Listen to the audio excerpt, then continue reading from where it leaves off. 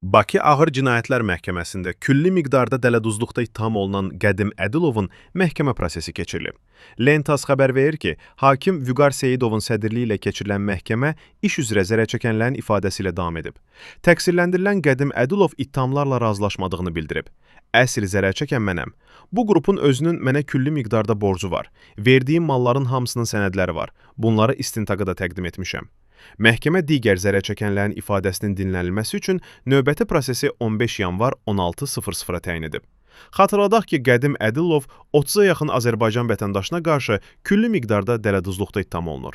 2021-ci ildə 17 vətəndaş onun barəsində baş prokurorluğa şikayət edərək dələduzluqla külli miqdarda vəsaitlərinin ələ keçirildiklərini bildiriblər.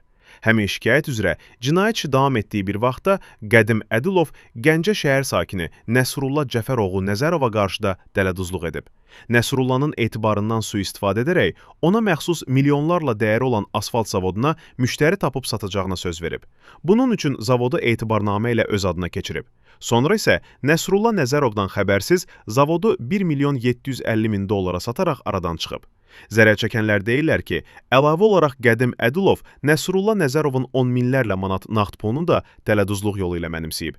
2022-ci ildə Qədim Ədilov Interpol vasitəsilə axtarışa verilməmişdən 2 ay əvvəl Anar Akifoğlu Məmmədov və partnyorlarının etibarını imtahana çəkib.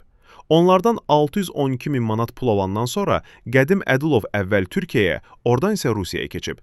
Interpol xətti ilə Rusiyada həbs olunan Qədim Ədilov 2024-cü ilin oktyabrında Azərbaycana təhvil verilib. Ona qarşı Cinayət Məcəlləsinin 178.4 maddəsi dələduzluq, xeyli miqdarda ziyan vurmaqla törədildikdə ilə ittiham irəli sürülüb.